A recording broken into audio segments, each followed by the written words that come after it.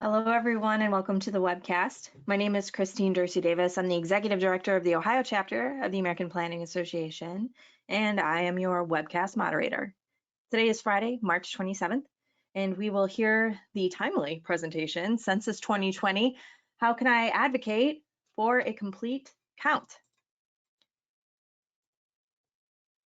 For technical help during today's webcast, you can type your questions in the chat box found in the webcast toolbar. And for your content questions related to the presentation, you can type those again in the chat box located in your webinar toolbar. We will answer those at the end of the presentation during the Q&A.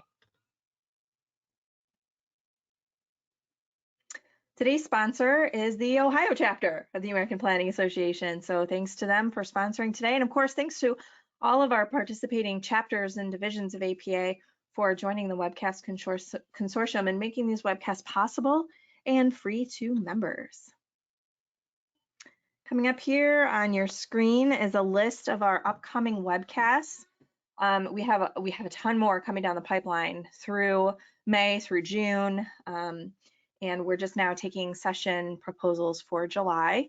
So if you're interested, if you have a session that you're interested in, please be sure to contact us, and we'd be happy to work with you. And I mentioned this to all of our consortium members that with the cancellation of the National Planning Conference, if you are a presenter, if you're a speaker for one of those sessions, you are more than welcome to contact me, and we can see if we can get you in on the schedule here and get your presentation out to the larger planning community. So please be sure to contact us, and you can do that at ohioplanning.org/planningwebcast. You'll see here on your screen that there's the tabs up at the top. I'm just going through this for these webcasts here throughout this year. If you hit prior webcasts on the tab on our webcast webpage, you will be able to view PDF copies of all of our sessions. If you hit the distance education tab, we have 2 sessions available for distance education, so on-demand viewing essentially. One is good for 1.5 law credits and one is good for 1.5 ethics credits. So be sure to check out those tabs if you are interested in downloading PDFs or getting some ethics or law credits. Today's webcast has been approved for 1.5 CM credits for live viewing, and you can log those credits by heading over to planning.org and logging into your MyAPA account. And from there, you can either search today's title or the event number. The event number is listed there. And the title, if you don't remember, you can't find it, again, just head over to our webcast webpage, ohioplanning.org/planningwebcast for all the information you need so that you can get those credits entered. Like us on Facebook. Just head over to Facebook and type in Planning Webcast and we'll pop up. This is where we post any changes, upcoming webcasts, cancellations, new additions. So be sure to check us out on Facebook and hit the red button, subscribe to us on YouTube. We have over 2,000 subscribers right now and over 300 recorded sessions available for you to peruse and view. And this session will be added to it. We are recording this session and it will be available on our YouTube channel at the conclusion of today's session. Okay, I'm looking down my list. I think that's it for me for my notes. I am going to turn it over to Catherine Kyogers, who's gonna get us started with some introductions. Catherine, the floor is yours. And Samantha, I've given you the controls. Perfect. Thank you, Christine. Hi, everyone. I'm Catherine Kyogers. I'm the director of the Department of City Planning at the City of Cincinnati. Just a little bit about me. I'm originally from the Detroit, Michigan area, but I came down to Southwest Ohio about 30 years ago to go to college at Miami University in Oxford, Ohio, and really never left. Right after college, I moved to Cincinnati and studied at the University of Cincinnati, the School of Design, Architecture, Art, and Planning, and got my Master of Community Planning there. And for the past 20 years or so, I have been working for the City of Cincinnati, but only for the past 2 have I been the director. Samantha? Great. Hi, everyone. My name is Samantha McLean. I'm a city planner with the Department of City Planning in the city of Cincinnati. I've been with the department just over a year. Like Catherine, I'm also a graduate of the Masters of Community Planning program at the School of Planning at University of Cincinnati. In my former life, I was in international development, served in the Peace Corps for 2 years, and then worked for an international education nonprofit. But I'm happy to be here today, and we're excited to share a little bit about what we're doing with the census in Greater Cincinnati. Thanks, Samantha. So I know that there are a lot of you from all over the country who are joining us today. And as of right now, it looks like there are about 240 some of you. So welcome. We are both broadcasting from Cincinnati, Ohio, but from different locations because like many of you, we are obeying the governor's stay-at-home order. So our staff is actually working entirely remotely right now. So I am sitting in my living room. I believe Samantha's sitting in her living room or dining room. And Christina's up in the Cleveland area. So this is a little bit of a different situation, I think, for all of us. We would typically be in the office on a Friday afternoon.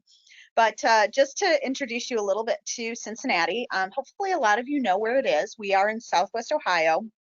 And we like to say that we're kind of in the middle of a lot of things. We are really within a 500-mile radius of a lot of the East Coast major cities.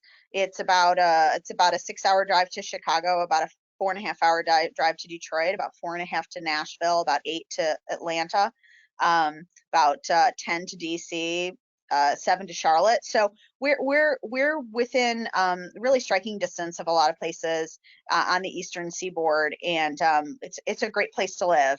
Cincinnati had, just so that you know, since we're talking about the census, in the 2010 census we had about 330,000 residents, and in the 2000 census we had about 330,000 residents. And by the time that the 2010 census came around, we had dropped to about 297. We're currently, our estimate is at 302. So we consider ourselves fully mid-sized, but like many of you who are on the call today, our hope is that in the 2020 census, our census numbers show that we have seen some growth in our city.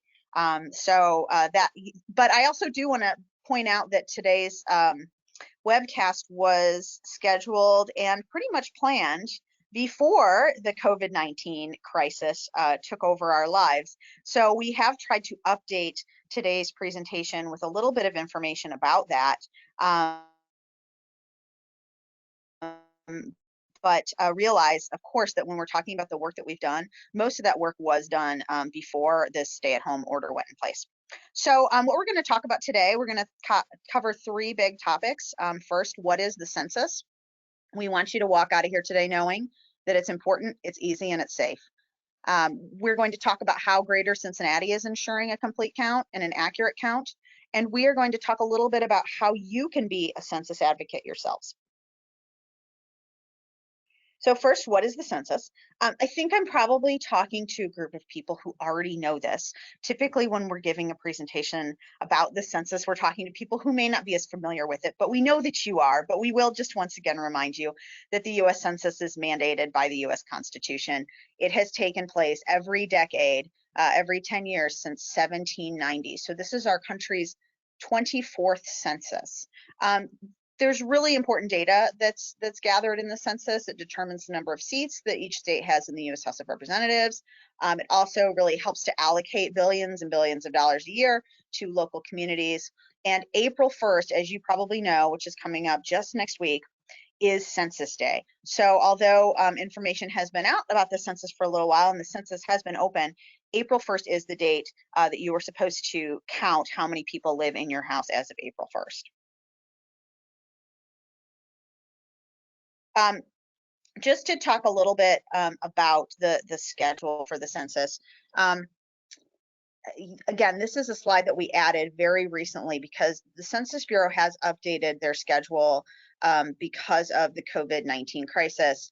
But I think that hopefully many of you already have received at your homes a letter in the mail that is inviting you to participate in the census. I've actually received 2. Some people told me that they received both letters on the same day. So who knows? And I think that they were scheduling those letters to go out, those invitations to go out,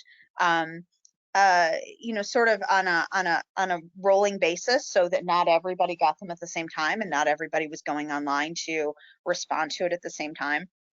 But as you can see from this slide, a lot of the planned schedule has been adjusted in order to respond to the COVID-19 crisis. So, for instance, I think some of the most important things to point out is that the non-response follow-up has been extended from July 31st to August 14th, so that gives a little bit more time. The group quarters enumeration has been extended by a couple of weeks. The count of people experiencing homelessness has been delayed for a full month. And so really almost everything that you see has been extended, including the self-response phase, which originally was scheduled to be from just March 12th to July 31st. That has been extended until August 14th.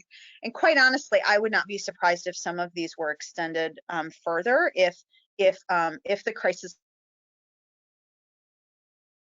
continues or gets worse. The two things that are still on schedule are very important, and these are the ones that are required by law, and that is delivering the apportionment counts to the president by December 31st of this year, and delivering the redistricting counts to the states by April 1st of next year. Those so far are the two things that are still on schedule and expected to take place, you know, as per law. But if you take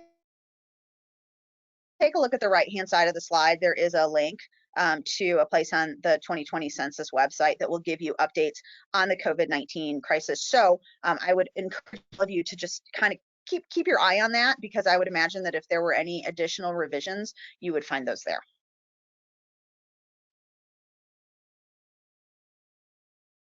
So again, the word that we have been spreading here in Greater Cincinnati is that responding to the census is important, it's easy, and it's safe. And we're going to talk about all three of those things today. It really is incredibly important. We're going to go into the reasons for that. It's easy for the first time ever. It's online, and it is safe.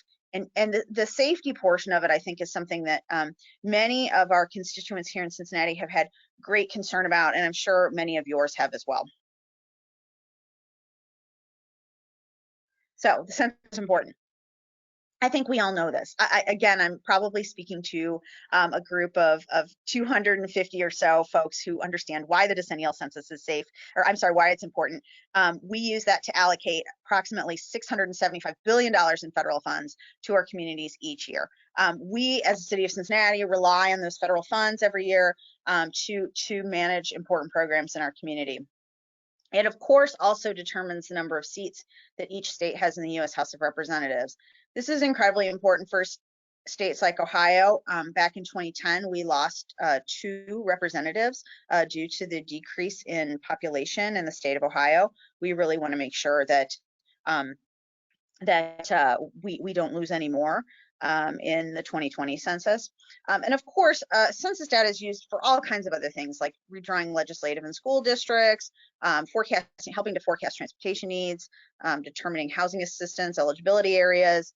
And you all out there, I'm sure, use census data every day to make decisions for your communities about services to provide, where to provide them, to understand your communities better, and really just to know how to better serve the communities where you work. So the census is easy. I think that this is really an interesting year, because for the first time in 2020, the U.S. Census is offered online, and that's both very exciting and a little scary for us. With new technology comes hopefully ease, hopefully greater ability to be accessible to people. But I don't know how many of you have worked online for the first time this week. If I were in a room, I suspect a lot of you would be raising your hands right now. And if I also asked you how many of you have cursed your remote access and thrown your computer across the room, you also would probably be nodding your heads in agreement with me right now, because sometimes when you're getting accustomed to new technology, it can be really challenging for people. And so most of us do understand how to work a website, but there are folks out there who still are not really a part of the world of technology right now. So the idea of responding to an online form is still a little bit scary. However, it is time for that. It's time for that option for us. It really does make it easier. We heard in 2010 people asking the question, why isn't this available online? We want to be able to do it online. So the Census Bureau responded to that, and they made the online form available via the internet or your smartphone. However, for those who are not comfortable filling it out online or don't have internet access still, you can call in. And you can actually respond via mail again. One of the things that is just fascinating to think about is that this being the 24th census, the first census was done on horseback. U.S. Marshals rode from house to house to take that first census. And today, the fact that we can all just sit in our homes and respond via email or via our phones, which are just little computers we keep in our pocket, it really is amazing to think of that. The Census Bureau is also really working hard to make this accessible to people no matter what language they speak, even if they do not speak English as a primary language. So the form is available online or on the phone in English and 12 additional languages, which are listed on the slide here today. But there are videos and guides that show you step-by-step how to fill out the form that are available in 59 languages. And those are really easy to find. I just went into Google and I searched online census forms in other languages, and it got me right to the Census Bureau's page to show those guides, and they do take you step by step in 59 languages. And so the census itself, so again, this is the decennial census, and there's really no longer the long form, short form that there used to be. The long form, as we knew it from days past, is now the American Community Survey, which is coming out every year. But the decennial census it goes to everyone, every household in our nation, and it just has 10 questions. And oftentimes when we are talking to people about the importance of the census and people start to get concerned about giving away their personal information or about the safety of that data, one of the things that we found that has been extremely helpful is to just show the 10 questions. They are very simple. How many people are living or staying at your home on April 1st? Do you own or rent your home? What is your phone number? And my understanding is that the phone number question is asked in case they can't read your writing or can't understand your answer. Only then will they use the phone number to call you up and ask you to explain it or decipher something for them. Your name, your sex, your age and date of birth, whether you're Hispanic, Latino, or of Spanish origin. And that question actually has been on the form since 1970, and that is done to make sure that we are following U.S. civil rights laws. Your race, which I believe you can respond now with up to a combination of 5 different races. Whether a person lives or stays somewhere else. So for those of you who may have college kids who are home during this stay-at-home order, and who typically live on campus, that would be, that's really where they ought to be counted, is on their campus or in their off-campus housing. But this might be a place where people might get sort of counted in a couple of places. My understanding is that the Census Bureau will figure that out themselves. And then the relationship of each person in the family. So how are you related? Are you related? Are you roommates? That's okay, you can move on, Samantha, thanks. But the exciting thing is that the census is now open. It actually opened last Thursday, March 12th. If you go to https, and the S means that it's secure, my2020census.gov, you have access to those 10 simple questions and you can fill them out. If you do not wish to fill out the online form or don't have access to the internet, you're able to call that toll-free number, and they will take your answers there. Or you can use that, I believe, to request a form to be sent to your home. And that self enumeration is open from March 12th to August 14th. So the census is safe. This is something that we have had a lot of conversation with constituents in the greater Cincinnati area about. There's just a lot of concern There's a lot of concern about this census, and there's a lot of concern just about personal information in general. And there's also a lot of distrust of the government right now. So this has been really one of the biggest conversations that we have had with folks in this area is about the safety of the census. One of the things that is really important to understand is that Title 13 of the U.S. Code states that census data cannot be shared. It cannot be shared for 72 years after the census is taken. So this is really a big deal. This data cannot be shared with any other government agency or any court in any way, and that includes the FBI, the CIA, DHS, Immigration and Customs Enforcement, or it does not help to it can't be shared with your landlord, who might say on your lease that you can only have 4 people living in the home and you have 6 and you don't want your landlord to know. This information cannot be shared with anyone. And anyone who touches this data in any way has to sign this Title 13 agreement. And what the Title 13, what you're signing away is you're saying, if I give away this data, I am eligible for a $250,000 fine or 10 years in jail.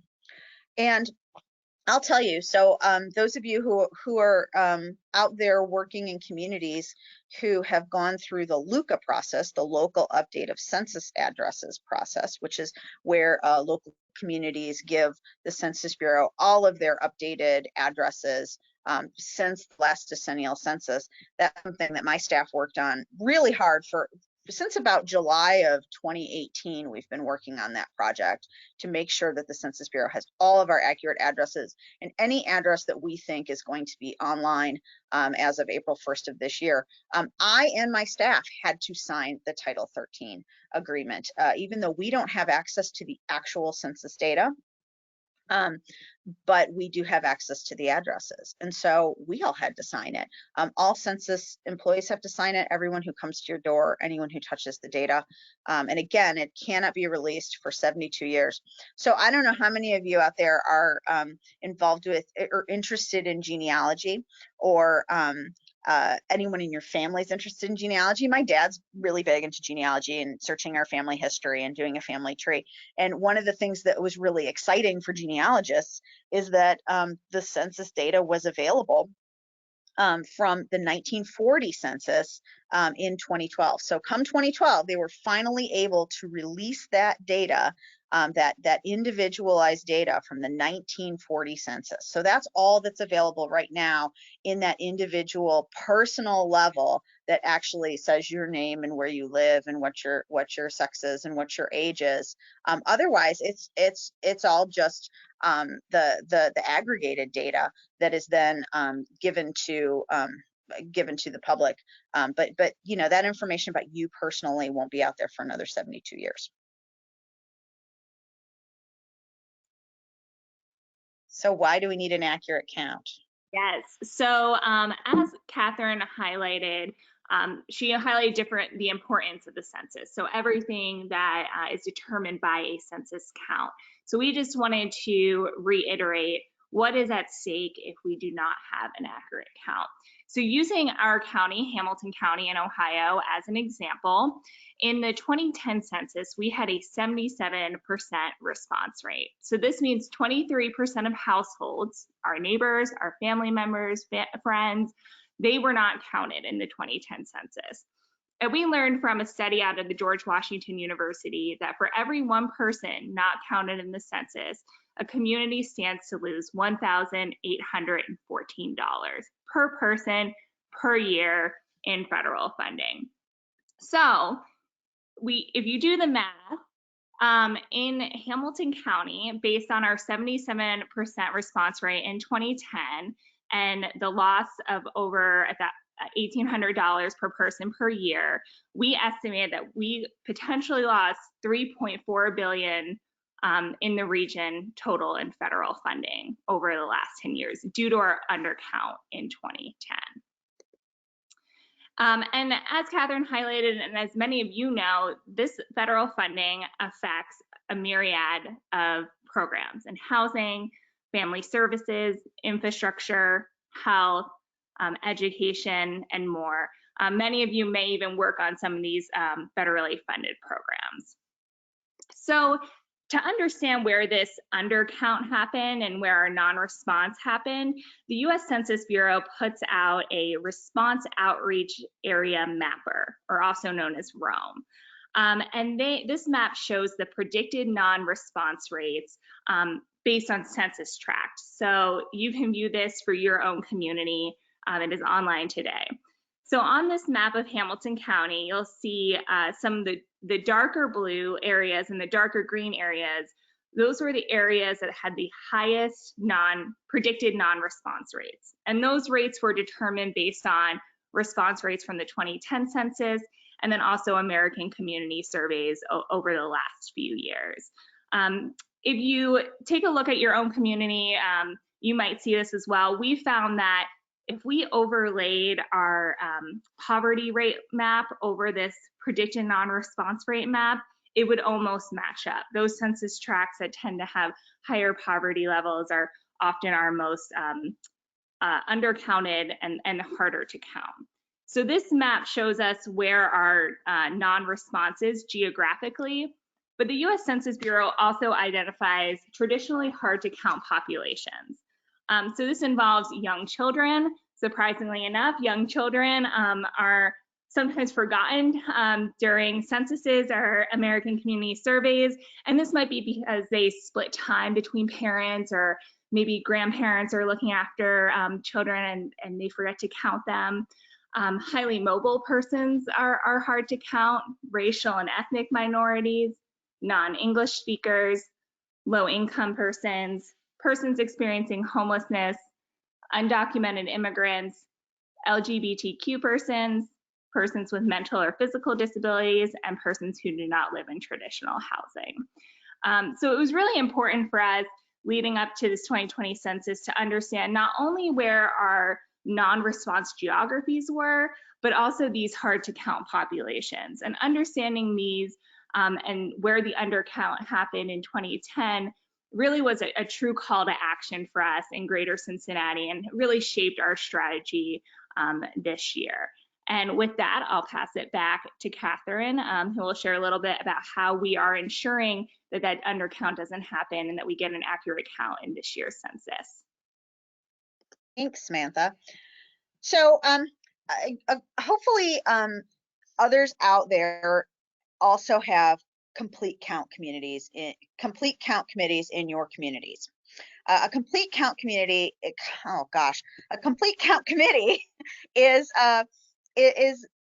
really something that the Census Bureau pushes communities to establish to help educate folks in their community about the importance of the census and the ease and the safety of it. So here in the Greater Cincinnati area, Mayor John Cranley and Hamilton County Commissioner Denise Driehaus actually joined forces together and said, you know what, for 2020, we need to work together as city and county to ensure that we have a complete and accurate count. So the two of them established what is called Greater Cincinnati Counts, and it is the Complete Count Committee for Cincinnati and Hamilton County.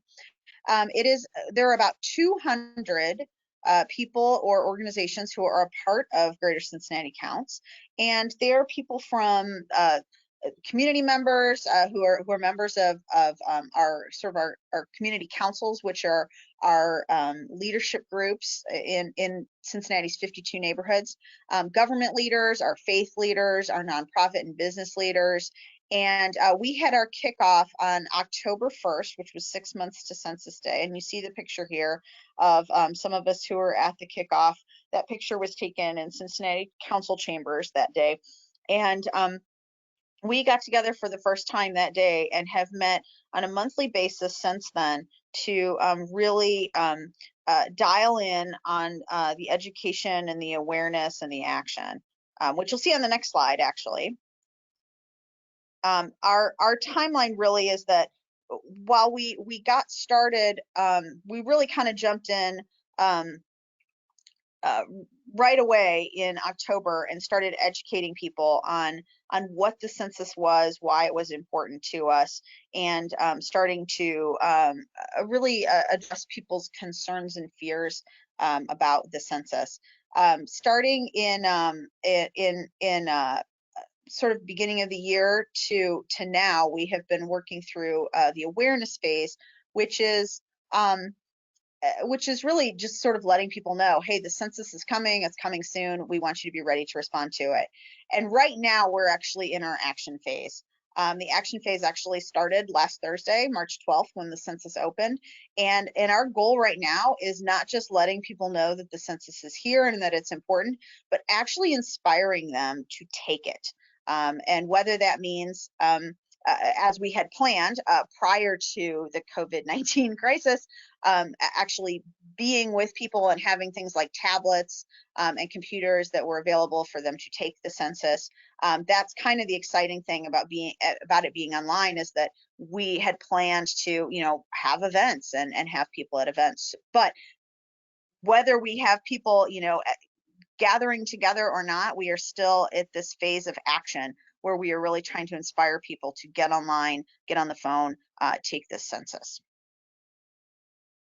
So I was with the city in 2010 and was very involved in the Complete Count Committee for 2010. And I just want to talk a little bit about how we changed our tactic this time around. 10 years ago, we really focused on general awareness. So you see the picture. We thought the picture was kind of funny. It's a picture that's in a lobby of a city building, and you can see the banner. And there's just one guy just standing there underneath the banner. The graphics and the whole like Cincinnati Counts logo, which we think is cool. The whole idea of Cincinnati Counts, we think, is still a really cool phrase. But the logo was come up with by a local branding company, and it was meant to be sort of like guerrilla marketing. Like, we were sort of doing a lot of kind of general awareness, and the logo was supposed to reflect sort of like someone who's like going around town and like kind of stamping Cincinnati Counts all over the place. And we used it on billboards and t-shirts, and we wrapped buses, and we gave people, little buttons and stickers and magnets. And we really concentrated on big community events, general social media, and just sort of like spreading the word far and wide to anyone that we could, but really in more of a general way. The census is coming. It's important for Cincinnati. Please fill it out. But in 2020, we've kind of changed our tactic. Really, what we are doing now is we're realizing that people are not going to fill out the census because they see a billboard on the side of the road. That's probably not what's going to be inspiring to them. And that is probably not what is going to get us to increase our response rates in our hard to count communities. What is going to increase our response rates in our hard to count community is making and building relationships with people who are influencers in the community and who are trusted members of communities. So we are really focusing on a couple of things really more deeply than we did 10 years ago. One, we are ensuring that people are educated with the facts. We're really focusing in on our hard to count communities and our non-response geographies. Like I said, we're building those relationships that will help inspire people to fill out the census. We are trying to support those partners with materials, but we are really focusing our spend of what little money we have on this on materials or media that are directed right at our hard to count communities and our non-response geographies. And of course, we're being very nimble and focusing on our non-response areas. And we're gonna get into a little bit of detail about each one of those. So first, arming people with the facts. Really, this was our number one priority. Again, we're at a point in time where people fear and mistrust the government, and they also are very particular about their own personal data. I mean, we're all worried every day about our phones being hacked, our computers being hacked, and personal information being taken from us. And so our number one goal was to make sure that people understood that the census is safe. And so, one of the ways to do that is to make sure that members of our complete count community were really well educated. And first of all of their fears were assuaged. So we really worked hard at that. And a lot of that was correcting misinformation, correcting rumors, and just regularly communicating with people on the Complete Count Committee to make sure that they understood the facts. Another really big issue was this notion of the citizenship question. This was going around for months. Is there going to be a question on the census form about citizenship? And if so, how will it be used, and how will it impact people responding? Once it was determined that there was no citizenship on the questionnaire, we shared that far and wide, and also sharing the 10 questions themselves with people really helped, because like I said, when you look at those questions, you say, you know what, we understand that no one's asking us for really deeply personal information. And one of the things we've always also done, especially now as we're getting closer and actually at the time where people are taking the census, is that we're really trying to disseminate a lot of information about frauds and scams. And you know, that is something that we're really particularly concerned about. We're making sure people understand no one's going to ask you for bank account information. No one's ever going to ask you for your social security number. No one will ever ask you to donate money. No one will ever tell you that you will go to jail if you don't fill this out. No one will ever threaten you. The most recent one is there was a thing going around that the money that is being given to folks for the COVID-19 crisis is dependent on you filling out your census form. No, that's not true. So again, just making sure that people understand these are not the kinds of questions that people are going to ask you. And again, that information is kept private for 72 years, and that the federal government cannot use the data for really any other reason other than the census. They can ask, and they might ask, but the Census Bureau is not allowed to give that information. Our next tactic was really focusing on those hard to count and non-response areas. So while we are spending some time and some money on general awareness, we really are trying to focus all of our direct outreach on those hard to count or non-response communities. And that is a question that we ask ourselves very frequently when someone asks us to do something or support them. We try to support all of our Complete Count Committee members in any way that we can, but we really try to give sort of extra special treatment to those who are whose constituents are hard to count communities or non-response geographies.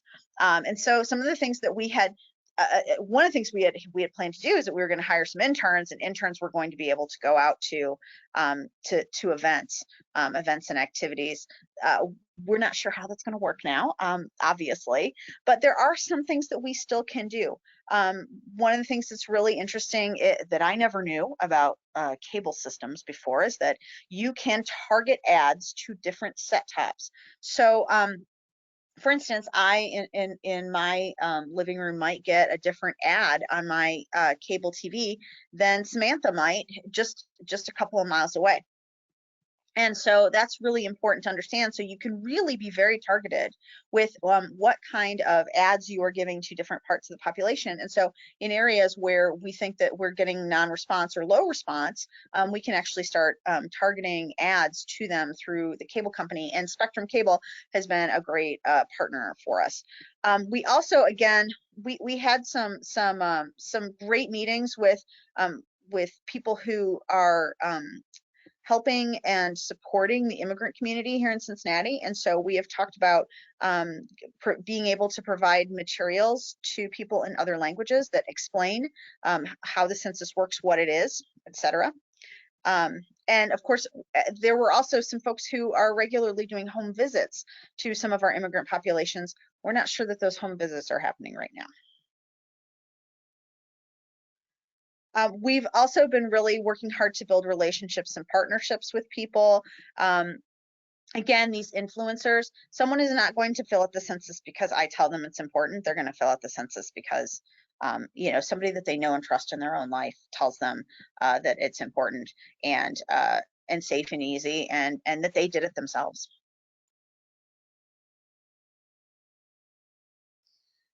And then, like I said, just supporting our partners in whatever way we can. We have a very active website that we have available to all Complete Count Committee members. Actually, it's available to anyone in the public. Any of you can take a look at it. We're going to have information about that at the end of the presentation. But we've helped work with them on individual strategy development. We've done that one-on-one. We have also worked with them by creating some communication and media pieces that they can just pick up and use themselves, paste in an email, stick in a Facebook post. We've provided them with digital and printed materials. And again, we've been really encouraging them to not develop a strategy that means that they have to do a lot of extra work, but help them figure out how to integrate the census message into work that they're already doing. We've spoken at a lot of events and meetings and have attended a lot of events and meetings. We obviously aren't doing that right now. And then we were intending to be able to provide tablets and phones to people after March 12th, once the census opened. I think that's a little bit on hold right now, just because we're not having as many events. But hopefully someday in the future we'll be able to do that. I'm not going to go into great detail because I talk too much. So we're running long here, but I just want to show you what some of our partners' ideas and commitments were. I mean, really just some really interesting things and great commitments that people made. We were going to have response stations at the libraries and rec centers, which would open up computers for people who didn't have access. Right now, our libraries and rec centers are unfortunately closed. Our Greater Cincinnati Waterworks put onserts, what they call onserts, on their bills every month, and they're still continuing to do that. But we really, there are a lot of ways that people were willing to help out. So for the last move to the next one that we'll cover today is that we wanted to be nimble with a non-response focus. So going into this and thinking of our tactics, we already had the information from that Rome map that showed us the predicted non-response rates, but something that an online census is providing us this year is daily feedback on response rates. And I'll show you a map in the next slide. But we're using this daily response rates data to determine what census tracts have a non-response rate. And then our plan is to work with those communities, those community leaders, trusted individuals in those areas, to deploy a layered and immediate outreach strategy. So we'll work with Spectrum on delivering those set-top box directed ads. Public service, we'll work with the Public Services Department on putting sticky notes on garbage cans, potentially direct mail, and then when or if community events are happening, deploying those tablets and cell phones, so that targeted layered approach will get those response rates up in those areas, and then we can pivot immediately to the next area. So we are getting the daily response rate data from the U.S. Census Bureau's response rates map, which you'll see on this. This is a screenshot of Hamilton County once again. So these self-response rates are updated daily. And this is available at the state, county, city, and tract level. You can also see at the bottom there in that dark purple and light purple, they'll provide you information with what the total self-response rate is, and then what percentage of that total rate was self-response on the internet. So it's certainly interesting to look into. Are people, responding online in this specific area, or are they using other methods, so that if you're targeting outreach to that census tract or that community, you know what approach to use. Something that's really helpful for planners is that we also have a downloadable CSV file that you can download, and then you can join an ArcMap, or you can sort through an Excel to sort through the data a little easier. What we're doing in Greater Cincinnati is we're monitoring this on a daily basis, and then we'll be sending weekly briefings to our Complete Count Committee, so that they're aware of areas that are performing well or haven't had the highest response rates yet, so that we can make sure to direct our attention there. This is also helpful not only for strategy, but even with some friendly challenges. So maybe you're seeing that in the community next to you, you guys have similar response rates. You can challenge each other to get your response rates up and make it a fun competition. And during this time of social distancing, we can do it all on social media or maybe over the radio. So it's definitely another way to use this map. And it's also a great way to see the areas that have been responding and shout them out on social media or any other communications platform to kind of give them the credit for getting themselves counted. So hopefully by this time you're asking yourself, how can I be a census advocate? So what can you do as a planner and just as an individual? So first and foremost, have you filled out your census? If you haven't, go online after this, fill it out, and then tell your friends and family that you filled it out, and you hope that they'll fill it out as well. Can you integrate the message of importance, ease, and safety of the census into the work that you're already doing? As Catherine mentioned, we were asking our partners not to create events specifically for the census, but to integrate the message into pre-existing events. We know that events look very different in this time, but are you already sending out a newsletter, or are you already doing a podcast, or maybe virtual meetings that you can add a message about the census into? Can you share a message about the census on social media, on your website, or in your email signatures? A great example from this area is the Village of Golf Manor. A couple weeks ago, at least, when I Googled just the Village of Golf Manor, the first thing that came up was their website, but in their tagline didn't say anything about the village. It just said, the 2020 census is coming, and we encourage you to fill out the census. So they were making a huge push of that on their website, and it showed just on when you search them on Google. And then, as I mentioned, are you up for the challenge? Do you want to participate in a response rates challenge with another municipality? This can be really fun. It can even be if there are rival schools or high schools in your area and you want to challenge the different census tracts that they're in to get their response rates up. Everyone wins if response rates are increasing. And then we just want to kind of encourage you to think about what else you can do as a trusted individual in your profession, but also in your personal lives. And hopefully during the question and answer session after this, we can get into some of your ideas. We want to leave you with some general census resources. So there's a plethora of information out there. As Catherine mentioned, scams and frauds are an unfortunate reality. So we encourage you to make sure that the information you're getting is from a trusted source. And the first place to go is the 2020 census website. We've also included a helpful video on counting college students during this time when some of them might be living at home with their parents. The short answer to that is college students should be counted. If they live at school, they should be counted at school, even if they are living at home currently. So that goes over that. We have links to the response rates map and the Rome map, information on avoiding frauds and scams, and then our Greater Cincinnati Counts website.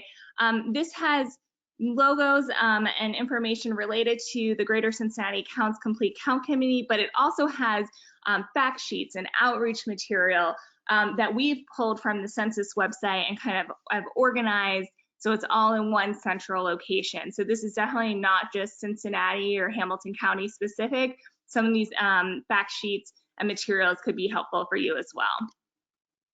And then, here are some resources for planners. So there's a great blog article over the American Planning Association's website called A Planner's Call to Action. I encourage you to look that up.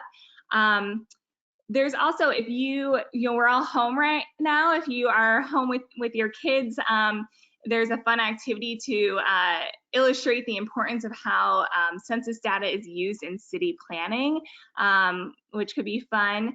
And then finally, we know, like I said, community events look very different right now, but if you're thinking about the future, the Urban Institute had a great article on 3 tips for planning community events in preparation for the 2020 census, and then even integrating the census now that it's open into those events.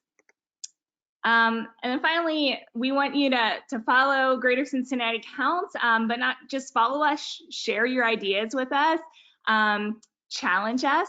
We're up for the challenge, the response rates challenge. So certainly do not hesitate to reach out with us, to us with any questions, and take a look at our resources. And I think with that, we will open it up to questions.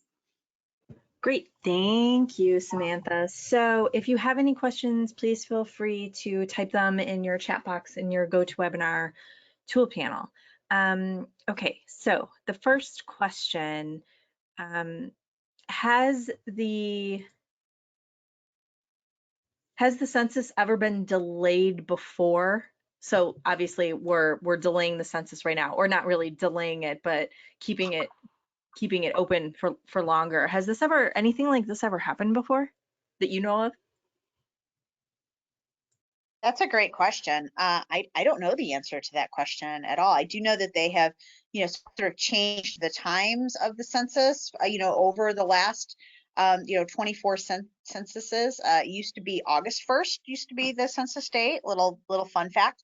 But I don't know that anything like this has ever happened before. But I wouldn't be surprised if at some point during, the Depression or, during wartime, if something. Although I suppose we weren't taken, we weren't at the war yet in 1940, so maybe during the Depression. But I'm not personally aware of anything. Samantha, have you heard anything about that? I have not, but that's an interesting question. I'm going to do some research about that after this. Thank you. You've okay. piqued our interest now. Right? All right, next question. Oops, I filled out the census wrong. I included one of my college kids who is home right now, and they filled out the census survey and they included themselves at school. How do I correct it? Can I correct it? So that's a question, and we're getting that question a lot right now, especially because there are so many college kids who are riding out this time at their parents' houses. So if they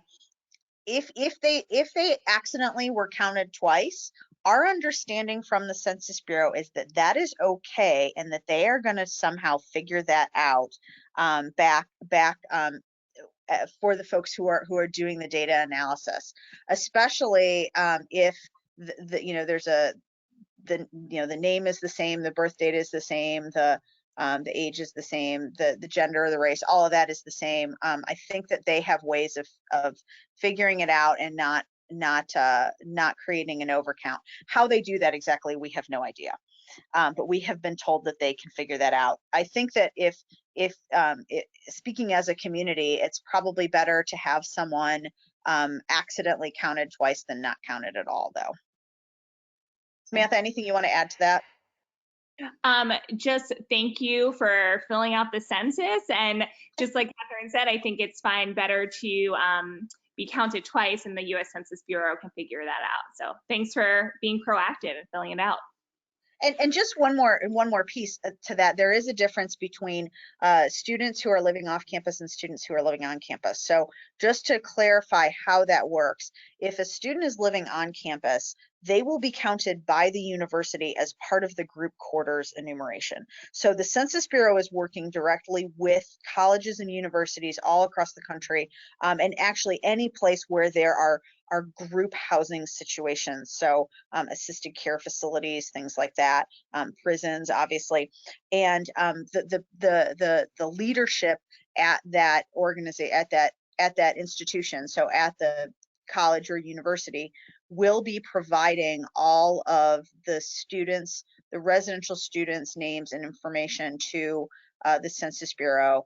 Those students will likely not receive an individual census form. However, if your student is attending a college or university and they're living off campus in an apartment or in a shared house with roommates, they will actually get a census form delivered to their, an invitation to the census delivered to their door. because they are considered a residential unit in that community. And so those off-campus housing students are supposed to go online and fill out the census form for everyone who is living in that house. So again, they're putting in one address, and even if there are, in college I lived with 9 other girls in one house, we would have, included all 9 of us on that census form for that one address. So hopefully that clears that up. Great, thank you. How about those that are serving in the armed forces, perhaps overseas? How do we count them?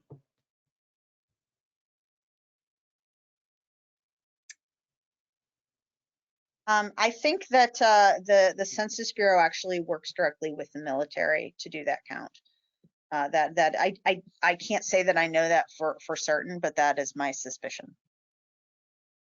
And when you're talking about like universities or prisons, group homes, things like that, do military bases count then in that bucket as well? For those that live on base, that is. I think, yeah, I think that was how I understood that first question too. And again, my understanding is that the Census Bureau would be working with military bases, both in the country and out of the country. Would be my suspicion. We don't actually work for the Census Bureau. We work for the city of Cincinnati, and so we're really only the complete count committee that we're working with is only responsible for those people who are getting invitations to respond to the census at a residential address. But I don't know, but I suspect that if you had that question or any other question about how any specific group were to be counted, I am almost certain that the Census Bureau's website would address all of those questions. Great, thank you. Okay, next question. Could you review again how much that you determined how much funding per person is missed with the undercounts? Sure. So I'm happy to send out this study and get it posted along with this webpage webinar after this. But that $1,814 number, so that is in federal funding per person per year that is lost to communities. That number was determined based on a study that the George Washington University did, and I do not want to misspeak, so I would rather pass along the study and have you look at their methodology. But how we got to the number that we potentially lost over the last decade was just understanding that our county, 77% of the population or of the households were counted. So 23% of households did not respond. For the calculation, we assume that a household, we just said one person in the household to make the math a little easier. And with that, we took, 23% of the population that wasn't counted, what was 23% of the population, what that number was, and then multiplied it by that 1,800 number to get that we potentially lost $3.4 billion. I am happy to send that study around because I know it's difficult talking math out over a webinar. Thank you. Next question regarding the 2010 census. So how did you determine the response rate, particularly when we're talking about perhaps unoccupied addresses? Was that taken into account? No, it wasn't, an undercount because no one was actually living there. So how did you get your response rate to be as, hopefully as accurate as possible? Sure. So my understanding, so that response rate was given to us by the U.S. Census Bureau. And my understanding, I was not around during the 2010 census when the LUCA, the area address update was given, but my understanding is that the Census Bureau uses those addresses that would have the potential to be occupied as how they base the response rate. So based on those addresses, all those addresses received a census, and that's how they determine the response rate. But I think Catherine had to jump off for another call. She was around during that census, so she might have more insight when she jumps back on. Thank you. Let's jump back to social media strategies. Could you go into more detail about what the city of Cincinnati and Hamilton County is doing to kind of bump up the census presence on social media? Sure. So first of all, having a social media account dedicated to our Greater Cincinnati Complete Counts Committee was one of our strategies. However, I do want to stress, if you're out there listening and your municipality or your community has not started a Complete Count Committee, don't fret. That's just one way to go about it. You can use your pre-existing social media platforms that already have large followings to get the information out. Since this was a city and county effort, we wanted kind of one account that was joint, so people could go to just one area, and then the city would reshare posts, and then the county would reshare posts. Up until March 12th, a lot of the information that we were sharing was just on, what is the census, the importance, what to expect on March 12th. Since then, we've been focused more on sharing out the online link, and then also engaging our over 200 partners on the Complete Count Committee to do the same. So while we can share something out on social media, the way that we get the largest reach is if our partners are resharing it on their platforms or over their communications networks. So just the other day, we shared out some badges, online badges that you could post if you had taken the census to show kind of your census pride and encourage other people to take the census. And we saw that organizations were sharing it over their social media platforms, but then we saw another organization share it via their newsletter that people are used to getting. So a lot of what we've been doing is creating the materials that you'll find on the website, whether it's social media posts, graphics, or even things as simple as a newsletter article or a church bulletin article, so that our partners could use it in their communications. Great, thank you. If you wouldn't mind, Samantha, can you go back a couple slides to some of those questions that you had? Yeah, so I guess if you just want to, again, kind of go over some of these, perhaps so that people that are listening in can kind of think about these questions, and if they have any comments that they want to put through to share with the rest of the group, they can.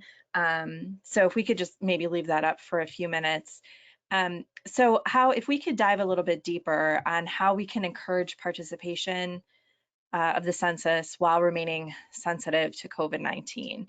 So particularly from the municipality standpoint, how can we balance the needs of really wanting an accurate count and also the health and safety of the community? How can we do this outside of just remaining virtual, because not everyone has a virtual presence for social media and all of that, and like you mentioned before, libraries are now closed, and it's just very uncertain. So what can we do? Sure. And I will be completely transparent. I think we are still working on this as well. So, but some ideas that have come to the forefront recently are, so yes, you're correct. Not everyone is connected to the internet. Not everyone might be internet savvy. But right now, especially with schools being closed, some public school systems are allowing students to bring home tablets or computers. Unfortunately, some internet companies have provided free internet access. So our public school system is a complete count committee partner. So there could be potential opportunities to work with your local school systems. If students are doing online classes through a platform, maybe there's a way to put a message through that platform to reach everyone at home. And then I think, right now, we're just continuing in any communication that we send to community members or stakeholders. We have a graphic in our email signature that you can click and can go to the census website. So just making sure that in any kind of digital or spoken conversation or text conversation, that you're encouraging people to send it to fill out the census. I know I have a few friends that they've had the goal of trying to get 5 of their friends to fill out the census each day. So as you sit at home, either making calls or texting, because we know that that message is going to be best received from a trusted individual. I'd love to hear from anyone on the call if you have any ideas. Great, thank you. I'll watch for that. Next question, could you dive a little bit deeper on how we can accurately count our homeless populations? Sure. So the count of people experiencing homelessness is the U.S. Census Bureau manages that, so that it's covered under the group quarters enumeration. I don't want to go into the details since I am not too familiar with that. That is a U.S. Census Bureau operation, but I know that they work with local shelters and then also local organizations working with people experiencing homelessness to make sure that they're counted. I know as part of the Greater Cincinnati Complete Counts Committee, we have quite a few organizations working with those populations. And I know that the U.S. Census Bureau is directly partnering with those organizations. Thank you.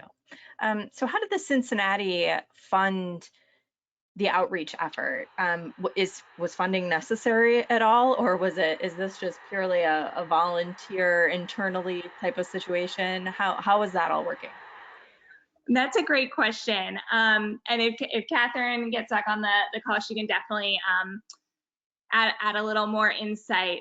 But we all know that resources are limited no matter where you are. And so part of the strategy and the tactic that Catherine mentioned was really focusing in on our hard to count populations and non-response geographies so that we weren't spending money on what we like to call the gravy. The gravy, it covers everyone, it hits everyone, but does it really make a difference? So part of that was building the relationships with our Complete Count Committee members and working with them on their strategies. So as a Complete Count Committee, we didn't have a lot of funding for printing and a ton of ads. So we really had to build relationships with stakeholders. I know that we have a relationship with Cincinnati Bell that has agreed to do some bill inserts, and then Spectrum, who has agreed to provide some in-kind advertising support. Additionally, our Greater Cincinnati Waterworks agreed to do inserts and onserts onto their bills.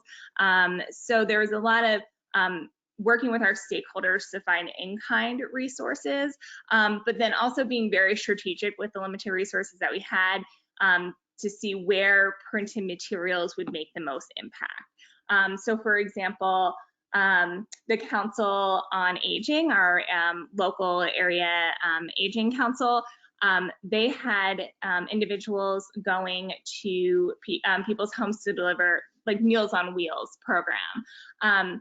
Due to the constraints in their contract, they could not ask someone to take the census.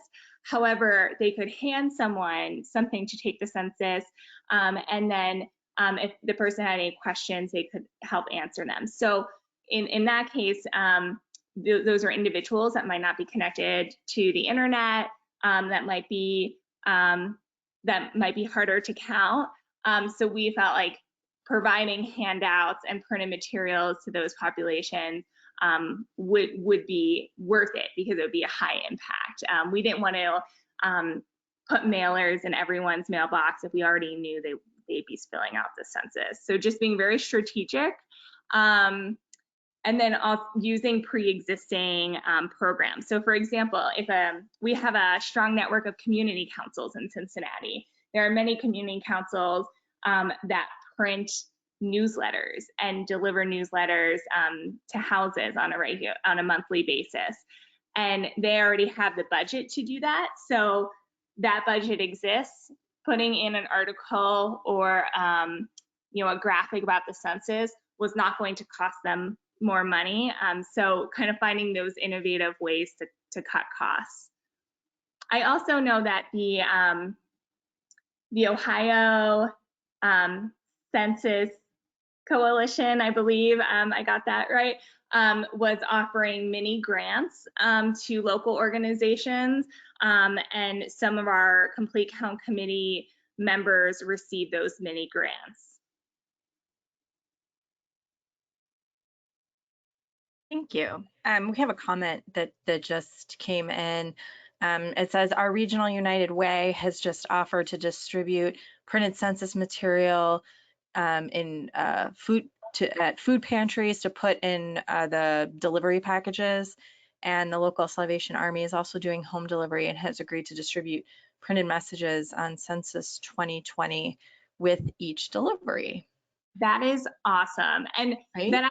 That reminds me, we formed a partnership with our local grocery store, and they were going to have us come in and kind of table during certain hours.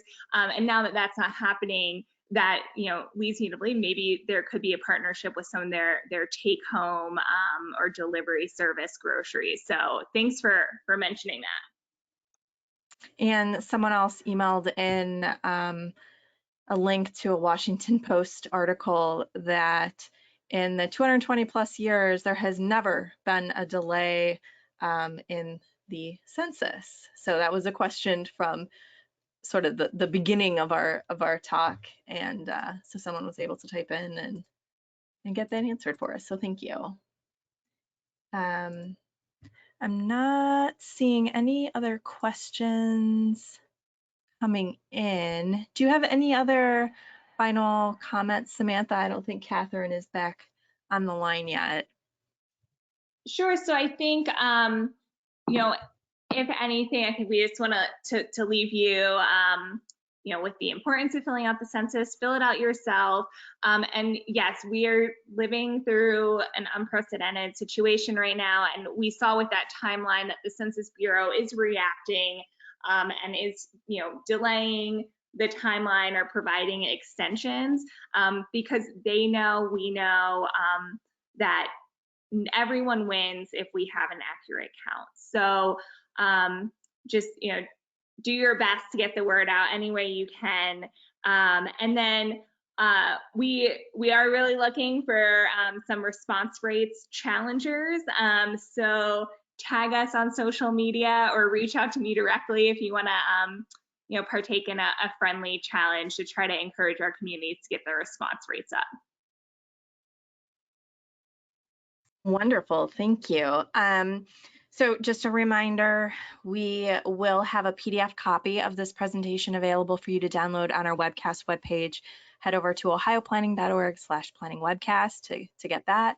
And we are recording this session and we'll have it up on our YouTube channel here in a few minutes. You can just head over to YouTube and search Planning Webcast and we'll pop up. So thank you to Samantha and Catherine and the City of Cincinnati and Hamilton County and the Ohio chapter for joining us today. And everyone have a safe and good weekend, and we will talk next time. Thank you.